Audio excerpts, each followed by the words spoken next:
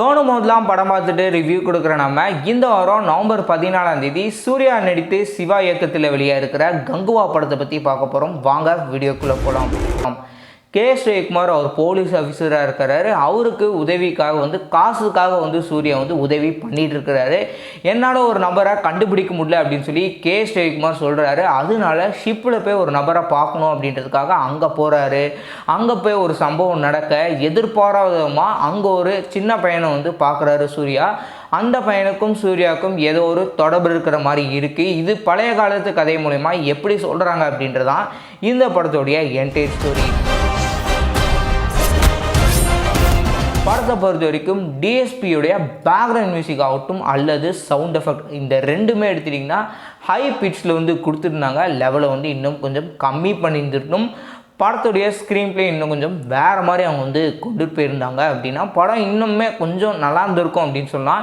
ஏன்னா இந்த படத்துடைய பாசிட்டிவ் அப்படின்னு பேசும்போது படத்துடைய கான்செப்ட் அண்ட் கதை நல்லா கொடுத்துருந்தாங்க. அதுக்கு தகுந்த மாதிரி படத்துடைய ஸ்க்ரீன் பிளே தான் இல்லை. படத்தில் சூர்யாவுடைய பெர்ஃபார்மன்ஸ் வழக்கமாக அவருடைய படங்களை எப்படி பண்ணுவாரோ அதுக்கேற்ற மாதிரியே நல்லா பண்ணி கொடுத்துருந்தாரு.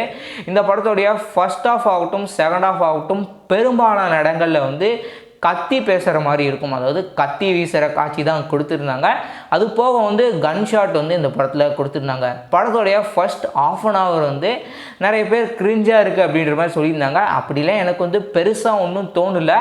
படத்தில் காமெடி சிரிக்க வைக்கிற மாதிரி ஃபர்ஸ்ட் ஆஃப் அன் ஹவர் இருக்கும். ஏதோ ஒன்று நான் சொல்ல வராங்கப்பா அந்த பையனுக்கும் இந்த எதுக்குப்பா அந்த பையன் சூர்யா இப்படி பின்னாடி இருக்கிறான் இல்லை அந்த பையன் விசித்திரமாக பார்க்குறான் என்ன நடக்க போகுது அப்படின்ற ஒரு ஹைப்பை படத்துடைய ஆஃப் அன் ஹவர் கொடுத்துருந்தாங்க. ஆனால் இந்த படம் அந்த ஒரு ஹைப்புக்கு ஏற்ற மாதிரி ஸ்க்ரீன் பிளே இல்லை.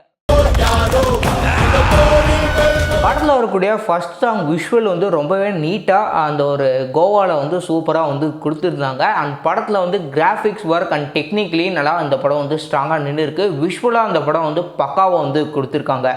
மொத்தத்தில் இந்த படம் எப்படி இருக்குது அப்படின்னு கேட்டிங்கன்னா படத்தோட ஸ்க்ரீன் பிளே வேறு மாதிரி அவங்க கொண்டுட்டு போயிருந்தாங்க அப்படின்னா படம் இன்னுமே ரொம்பவே நல்லா இருந்திருக்கும் அப்படின்னு சொல்லலாம். ஆனால் படத்தை பொறுத்த வரைக்கும் கான்செப்ட் நல்லா இருக்குது. அதனால படம் ஓகே அப்படின்ற ரகத்தில் இருக்குது.